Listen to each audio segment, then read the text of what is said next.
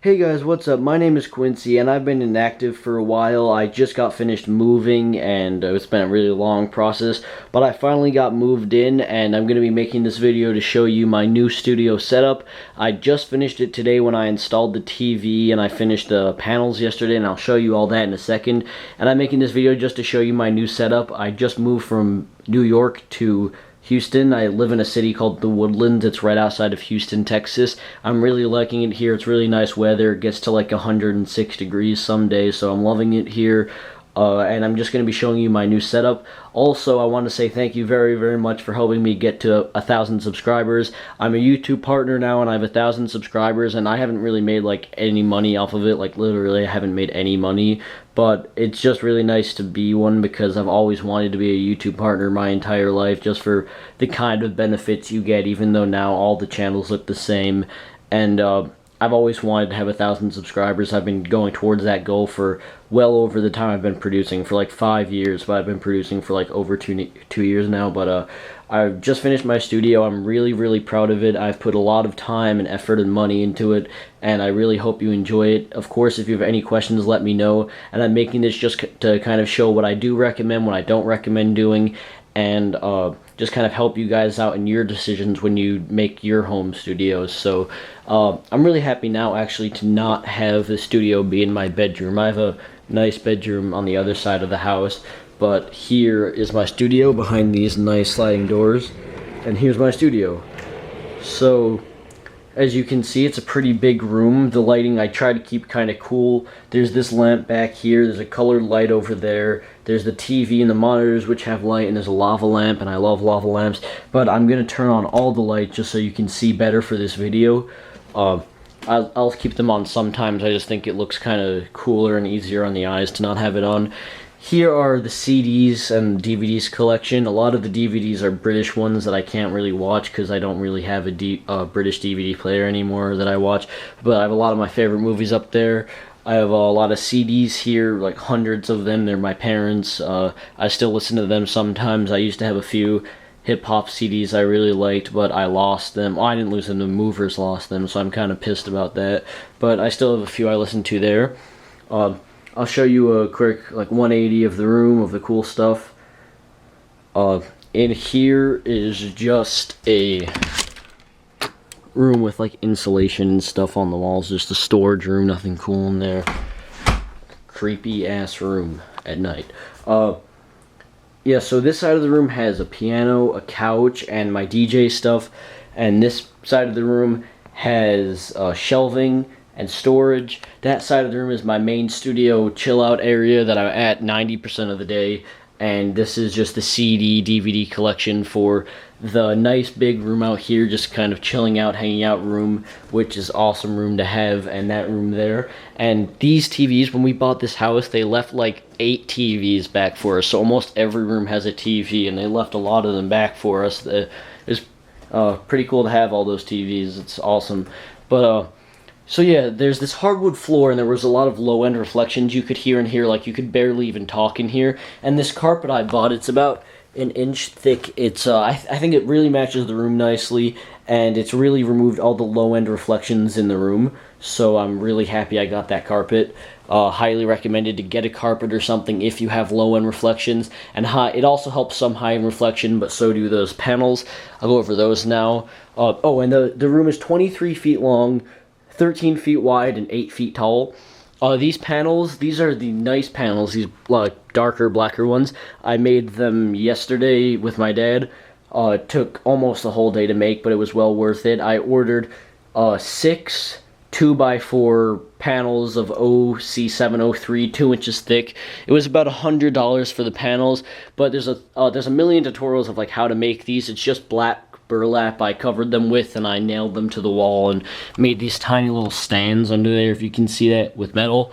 And I have 6 of those nice ones, and I have those kind of as base traps, remove more reflections from the room. And then I have 4 of these kind of like more ghetto ones. They're just random insulation, kind of super hard insulation that I just nailed in. I've had those forever. Those are also 2x4 by 2 inches thick. and these are 2x4 by 2 inches, and this is OC703. I highly recommend OC703. It's a great material for panels, and it's highly recommended, especially if you're not using a frame. You can use rock wool or something, that works just fine, but you're gonna probably have to use a frame. You can't just mount it like that. So let's go over to this stuff over here. That's a printer. This is a desk my sister had from a long time ago. There's paint on it. I decided to kind of convert it to my DJing desk. I don't actually do any mixes at all. It's just kind of here in case when I do start doing them, which I kind of want to learn how and do, but I just haven't. I've been focusing more on producing. There's the Newmark Total Control. I got this for about $60 used on eBay. Definitely look on eBay for one of these. It does the job perfectly. In my opinion, the best $60 controller money can buy used. It does everything you need to do, you know, high cuts and everything, pitch, but it's ghetto, but I mean, it works just fine. It works with all the plugins, and the reason I have it over here is to use with my mom's Mac, because my computer doesn't really work well with hardware, so I highly recommend this. But what I don't recommend is a launch pad, because everyone buys one of these thinking they're gonna be Charles Deluxe or Madion, and they think that they're just gonna be like that, but honestly, I can tell you I haven't gotten much use out of it. It's a cool thing to have if that's what you're going for, but as a producer, it honestly isn't going to help you very much, even with the performance mode. I just don't think it's a very realistic way of doing things, and I just haven't gotten much use out of it. That's just my opinion. If you want to get one, get one. Just I recommend spending your $100 elsewhere. There's a lava lamp. Love having a lava lamp in the studio, and this is my mic I use for my tutorials. I always say tutorials, I mean tutorials. I have a speech impediment. This is an SP30/50. It's Sterling Audio. It's really good for just what I do. I got it really cheap at Guitar Center. It was like their standard cheap mic that the guy recommended. This is a really cheap, again, just heavy stand for the mic. It works fine. It's kind of like sagging now, but I recommend that too. The only thing I don't recommend there, like I said, is the launch pad. I just haven't gotten use out of it, and I don't think it's a very realistic thing for DJ, maybe for DJ mixes, for setting off effects, but as far as performance mode in FL Studio goes, I just honestly don't recommend it. Not trying to hate on FL Studio. I love FL Studio. Here is a coffee table. Haven't got much use out of that either. There's a clock on it. I plan on hanging pretty classy, fancy looking clock there. Here's a Doge and a couch. I sometimes sleep on the couch just to be near my studio. If at 4 in the morning I get an idea and decide to compress or something, but I'll sometimes sleep on there. I have sheets in there. Here's the storing. I have some walkie-talkies for some reason, a lamp, a mirror, a magnifying glass, some Mythbuster figurines. The Jamie one broke. Some stuff, some awards I got for participation in a middle school sport. You know, glasses. I like put in the glasses on the anonymous Guy Fawkes mask. Some of these ball things I got a long time ago at IKEA. I put it on this thing here. You turn it on, and it kind of makes the room glow whatever color ball you have if all the other lights are off, so that's cool. Let me go over some more stuff here. Complete 8, a couple just random headphones I use, cheap ones. These are just like $30 Sony ones. I use them when I go on airplanes and stuff because I don't want to take my really nice ones. Lots of mics here. Guitar Hero mic, I'm not quite sure why I have that. A karaoke, just kind of cheap mic I've had for a long time. It's cool to have different mics. A Philips mic, again a karaoke mic, and 2 of these, the singing machine mics. They're also karaoke mics. There's the Sterling SP30/50. I use that for my tutorials. There's one kind of kick drum, small condenser microphone and a large condenser microphone. There's the 8, and then this is probably my nicest mic. It was $200, which is pretty pricey, but I definitely think it's worth it. It's the Zoom H2N. There's the Zoom H2N. There's the accessories pack. It works really cool. It gets the job done, and it's awesome for recording either tutorials or maybe ambient sounds, which is what I got it for, just for recordings, field recordings, because I really like getting into ambient stuff. There's a Welsh flag and my old speaker stands. You can watch my old studio setup to kind of see what I've got new. And yeah, that's my most important stuff from there. Then here's my other stuff. I have a few notebooks up here. I'll write some stuff down. Like if I get a really cool sound every once in a while, I might write it down. I have one of these magazines on how to make wub wub dubstep basses, and this thing I kind of keep just to make sure I don't spend too long in the studio. I'll be honest, I don't use this thing. It's just cool to have. I've always wanted a time thing in my studio, and it can't hurt to have. I guess I'll talk for a second about the placement of these things I've made, these panels, these acoustic panels.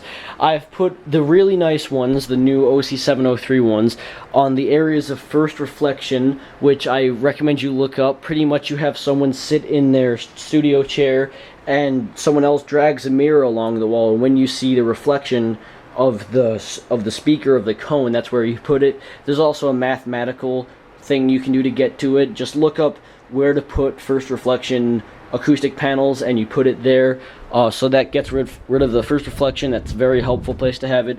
This is kind of working as a bass trap, but I plan on putting this on the ceiling one day to get rid of the first reflection on the ceiling, because you have to remember there's a first reflection, there's reflections all over the room, but the most important ones are the floor reflections, there's ceiling reflections, there's sidewall oh sorry, my camera keeps getting really blurry, but yeah, there's lots of reflections and these panels really take care of it.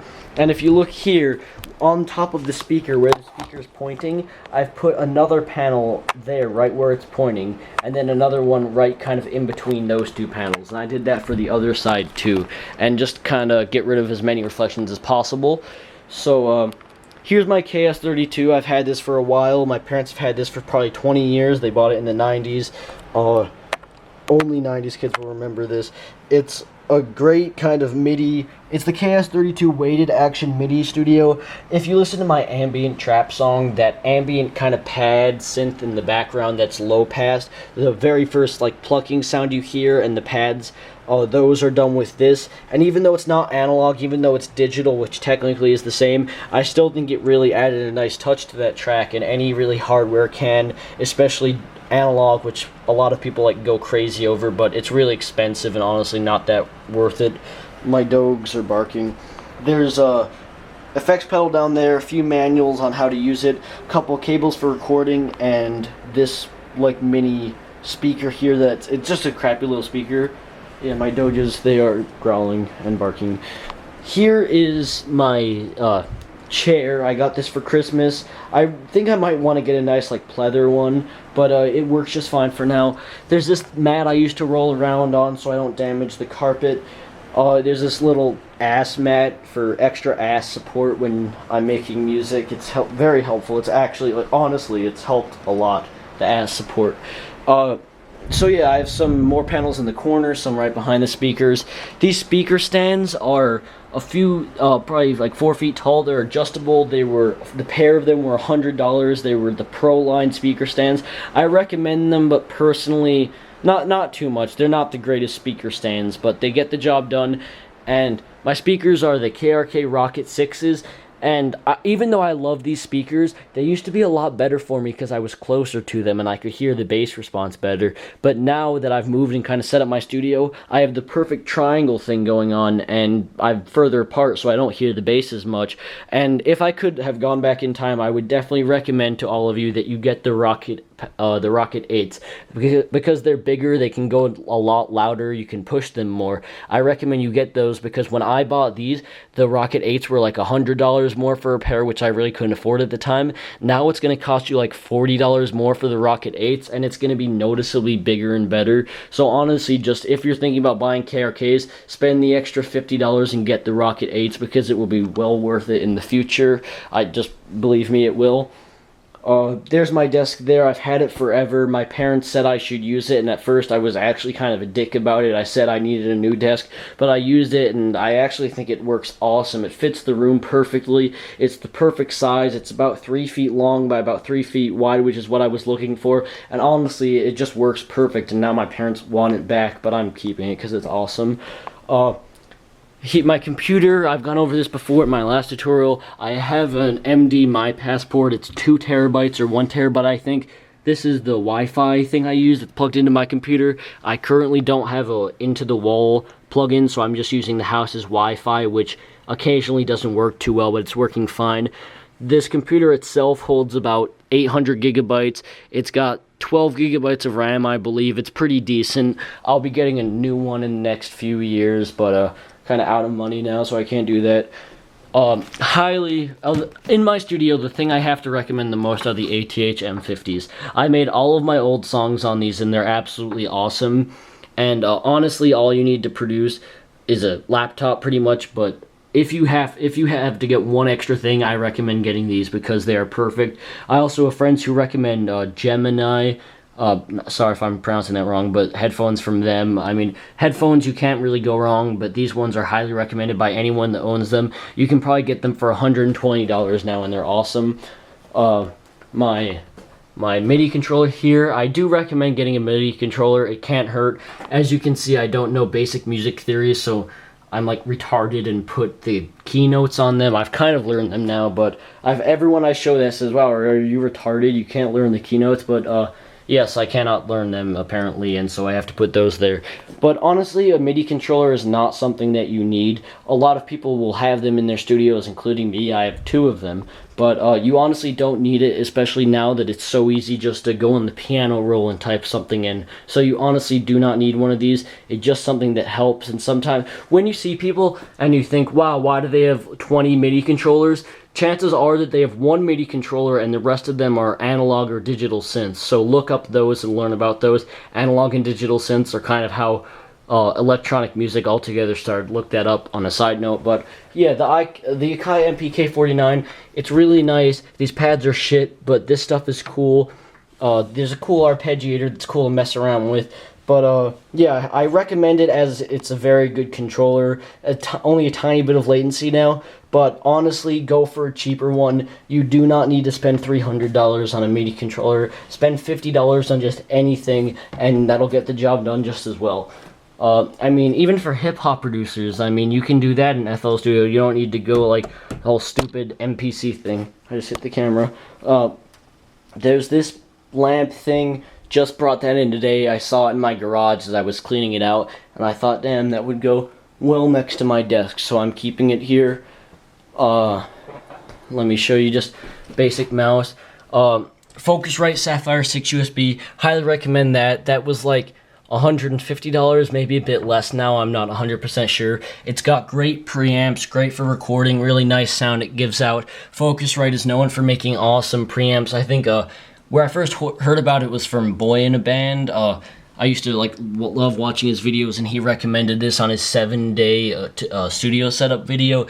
Highly recommend it. I plug my ATH M50 right into it. I plug my speakers into it. You control your speaker volume. You control your headphones volume. You control the volume of the stuff recording. But if I were you, again, if I could go back in time, I would have bought one that could record maybe 4 things. This can only record 2 things at a time, and I can only plug in a few things. I definitely recommend buying something that can have more ins and outs, because 2 ins and just a few outs, I mean, it's really not worth it. Try to get as many as you can, and honestly, just anything by Focusrite has good preamps, and just listen to what people say about that. But I do recommend this.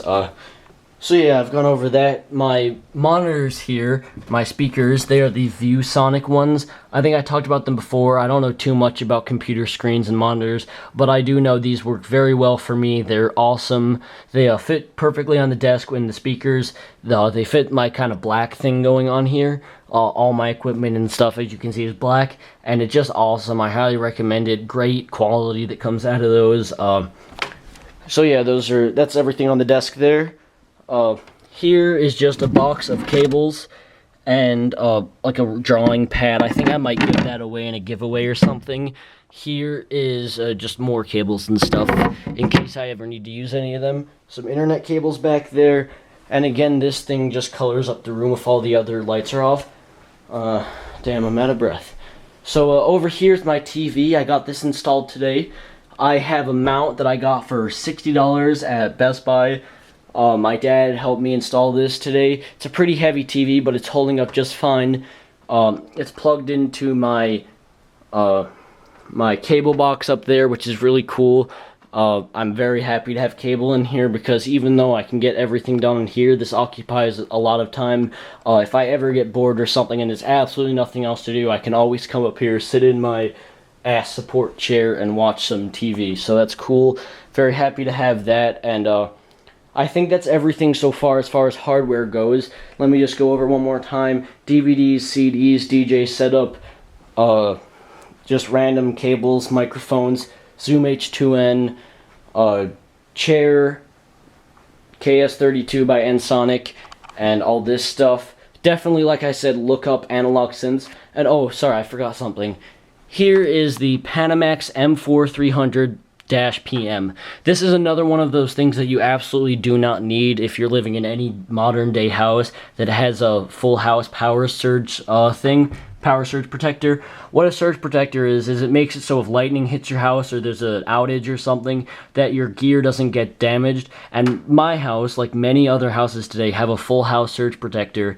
But what these are is they just make extra sure that your gear is being protected, so if there is a power surge or surge of power, this, when it goes about to 138, I believe, will automatically turn itself off on all the gear so that it doesn't get damaged and the gear doesn't get damaged. I actually didn't buy this. I wouldn't ever buy one of these. I don't recommend you buy one of these because they honestly don't do much. It's one of those things that people will be like, oh, it helps the sound, but honestly it doesn't. It kind of cleans the powers. I don't even know. It's not worth buying one. The reason I have it here is because it was in my movie room over there, and I was never going to use it there. Like, we hardly ever watch movies in there. For the 2 weeks we've lived here, I've only watched one in there sitting on the beanbag, but we really just didn't need it in there, and I figured, oh, well, if I put it here, it might look like I have some hardware, and I think it fits well. It gives the illusion that I use hardware, even though, honestly, all it does is kind of clean the power and add extra protection, but honestly you do not need this. So yeah, that's everything on the desk. Let me sit down here and play you something quickly. I've been working on a lot of things lately. I'm having a lot of trouble putting a track out. Like, I've been working forever on trying to make music, and it's just not going along well at all. I'm making more of these freaking 45-second uploads that everyone likes, but then I never make it an actual song. Here's a little thing I started, another one of these clips.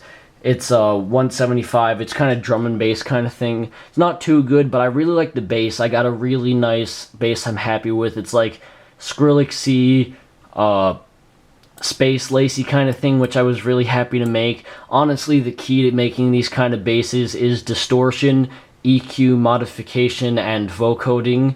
You don't even need vocoding, but I definitely think it helps. It adds a nice touch to it. I actually have been experimenting with vocoding. I might make a few tutorials on it. Tutorials on it because it helps. You can actually make a lot of ambient sounds, kind of pads and drones from automating vocoders and using cool kind of things and stretched out samples, so I might make a tutorial on that. I'm also going to make a tutorial on how to make FM basses and how I go about making my FM basses, which is really random, like how I go about making them, but I'll do a tutorial on that.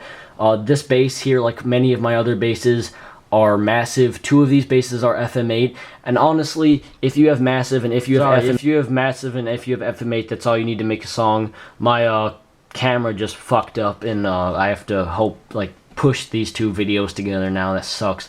But yeah, let me play this here for you. Like I said, Massive is all you need to make bass. Citrus also works. The only plugins I use now are pretty much Massive and Citrus, and occasionally FMA and Silent, or Synth, or however you want to pronounce it. But here's a kind of ambient thing I've been working on. I'll make a tutorial on it, and about how to master and stuff. I don't know, I'll make more tutorials in the future, but here's just a little bass thing.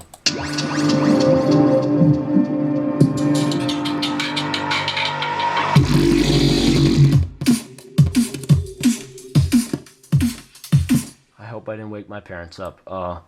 Here's another bass line. This is actually... oh crap, I have to move this over here. This is a really just crappy bass line I threw together. The sounds are cool, just the bass line isn't. It doesn't blend or anything. But here's just a bunch of Skrillex-y sounds.